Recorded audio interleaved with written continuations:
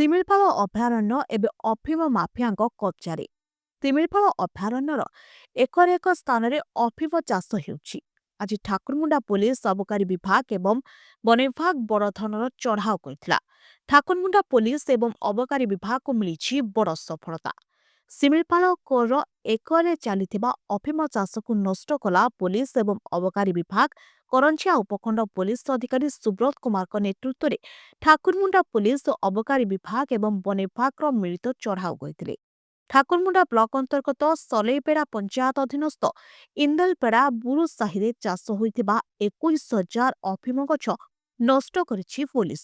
ନଷ୍ଟ କରାଯାଇଥିବା ଅଫିମ ଗଛର ଆନୁମାନିକ ମୂଲ୍ୟ ପ୍ରାୟ 42 ଲକ୍ଷ ଟଙ୍କା ହେବ ବୋଲି ଉପଖଣ୍ଡ ପୁଲିସ ଅଧିକାରୀ ସୁବ୍ରତ କୁମାର ସୂଚନା ଦେଇଛନ୍ତି।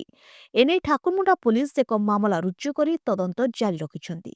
ଏନେଇ କାହାରିକୁ ଗିରଫ କରାଯାଇନଥିବା ବେଳେ କିଏ ଏବଂ କେଉଁମାନେ ଓ କାହିଁକି ଏହି ଚାଷ କରୁଛନ୍ତି, ଏମାନଙ୍କୁ ପ୍ରୋତ୍ସାହନ ଦେଉଛି କିଏ, କାହାର ଛତ୍ରଛାୟା ତଳେ ରହି ଅଫିମ ମାଫିଆମାନେ ଚଳାଇ ଆସୁଛନ୍ତି ଚୋରା ଅଫିମ କାରବାର।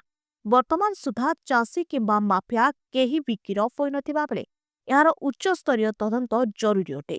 ତା ନହେଲେ ଶିମିଳିପାଳରେ ଶିକାରୀଙ୍କ ସହିତ ଏବେ ଅଫିମ ମାଫିଆମାନେ ମିଶି ଶିମିଳିପାଳକୁ କ'ଣ କରିବେ ଆପଣମାନେ ହିଁ ଜାଣିଛନ୍ତି। ଆଜି ଆମର Thakurmunda PS case number 6/25 registration ହେଇଛି 18 NDPS ଆକ୍ଟରେ। ଠାକୁରମୁଣ୍ଡା ଥାନା ଅଣ୍ଡରରେ ଏଦେଲବେଡ଼ା ଗାଁର ବୁରୁସାହି ଯେଉଁ ଅଛି ସେଠି ଚାଷ ହେଇଥିଲା, ଇଲିଗାଲ ପପି କଲ୍ଟିଭେସନ୍ ହେଇଥିଲା। ଇନଫର୍ମେସନ୍ ଆଗରୁ ପାଇଥିଲେ, ତାକୁ ଭେରିଫାଏ କରିକି ତାପରେ ଆଜି ଆମର ତହସିଲଦାର ଠାକୁରମୁଣ୍ଡା ଯିଏକି ଏକ୍ଜିକ୍ୟୁଟିଭ ମାଜିଷ୍ଟ୍ରେଟ୍ ହିସାବରେ RI ଅମିନ ଆଉ ଫରେଷ୍ଟର ଷ୍ଟାଫ୍, ଏକ୍ସାଇଜ ଷ୍ଟାଫ୍, ପୋଲିସର ଟିମ୍ ସମସ୍ତେ ଯାଇକି ସେଠି ଦେଖିଲେ ଯେ ପପି କଲ୍ଟିଭେସନ୍ ଆମର ଯେଉଁଟା ଅଫିମ କହୁଛନ୍ତି ହେଇଛି ପାଖାପାଖି 1 ଏକର ଜାଗାରେ ହେଇଛି ରେଭିନ୍ୟୁ ଲ୍ୟାଣ୍ଡ ଉପରେ। ଆଉ 21,000 ଗଛ ଲାଗିଥିଲା। ସେଥିରେ ଆମେ ତାକୁ ସବୁ ଭେରିଫାଏ କରିକି କାଉଣ୍ଟିଂ କରିକି ଜାଗା ମେଜରମେଣ୍ଟ କରିକି ତାକୁ ଆମେ ନଷ୍ଟ ସେଇଠି ସ୍ପଟ୍ରେ ଡିଷ୍ଟ୍ରକ୍ସନ୍ କଲୁ ତହସିଲଦାରଙ୍କର ଏକ୍ଜିକ୍ୟୁଟିଭ ମାଜିଷ୍ଟ୍ରେଟ୍ଙ୍କ ଅର୍ଡ଼ରରେ। ତାପରେ କେସ୍ ଥାନାକୁ ଆସି କେସ୍ ରେଜିଷ୍ଟ୍ରେସନ୍ ହେଲା।